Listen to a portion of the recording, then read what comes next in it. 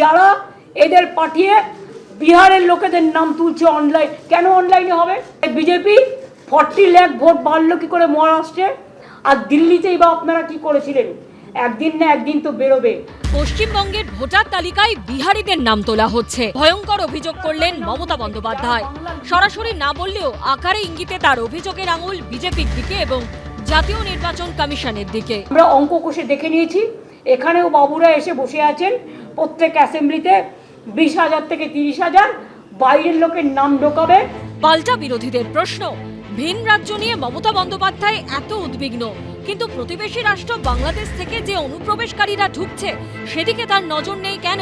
কিছুদিন আগে কেরল থেকে গ্রেপ্তার করা হয় বাংলাদেশের জঙ্গি গোষ্ঠী আনসারুল্লাহ বাংলা টিমের সদস্য মোহাম্মদ সাদ রাজিকে, বাংলাদেশের রাজশাহীর বাসিন্দা।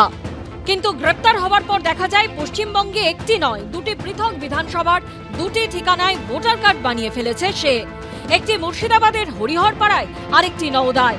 তার ভিত্তিতে পাসপোর্টও বানানো হয়ে গেছে। আপনি যে কোনো একটা বুথের ভোটার লিস্ট দেখুন, 30, 35, 40 জন মানুষ যারা মৃত, 25-30 জন মানুষ যাদের কেউ চেনে না, এক একটা বুথে অ্যাভারেজে 60, 70, 75 মানে নাকি ভুয়ো ভোটারের নাম করে এইটাই এ রাজ্যের তৃণমূল করে যাচ্ছে, যেটা মহারাষ্ট্রে হচ্ছে বিজেপি, যেটা দিল্লিতে করেছে বিজেপি, ঠিক সেইটা আমাদের রাজ্যের তৃণমূল করেছে। P4 insulated water tanks, kitchen and bath fittings, বিশুদ্ধ জল, সুস্থ জীবন, P4 আজীবন।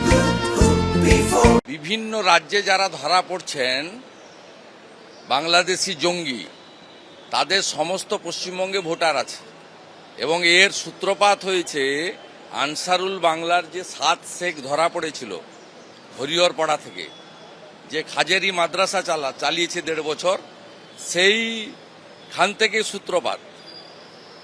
হাজার হাজার এই ধরনের অবৈধ রোহিঙ্গা, মুসলমান এবং জঙ্গি সংগঠনের লোকেরা গোটা পশ্চিমবঙ্গে ছড়িয়ে গেছে এবং পশ্চিমবঙ্গ হয়ে ভারতে ছড়িয়ে গেছে। 2024-এর 18 সেপ্টেম্বর কর্ণাটকের চিত্রদুর্গ থেকে 6 জন বাংলাদেশিকে গ্রেপ্তার করে পুলিশ। ধৃতদের কাছ থেকে উদ্ধার হয় পশ্চিমবঙ্গের ঠিকানায় জাল ভোটার কার্ড তৈরি করেছে তারা। আমি 1-2 দিনের মধ্যে আমার এলাকায় মিটিং ডাকছি এবং আমি নিজেই ইলেকশন কমিশনের যে অফিস আছে আমাদের ওখানে, সেখানে গিয়ে পরিষ্কার বলবো এবং চিঠি দিয়ে জানাবো যে একটাও ভোটার উইদাউট ভেরিফিকেশন হবে না, অনলাইন হবে না, একটাও হবে না। যদি হয় তাহলে কিন্তু তার জন্যে মানুষকে নিয়ে বিক্ষোভের রাস্তায় যাব, পরিষ্কার কথা। আমরা ওই দিল্লি, হরিয়ানা করতে দেবো না পশ্চিমবঙ্গে। আর এখানেই প্রশ্ন উঠছে জেলা প্রশাসনের ভূমিকা নিয়ে, তাদের নজরদারি নিয়ে, কর্মপদ্ধতি নিয়ে। ঐশী মুখোপাধ্যায়, শিবাশিস মৌলিক ও আশাবুল হোসেনের রিপোর্ট, এবিপি আনন্দ।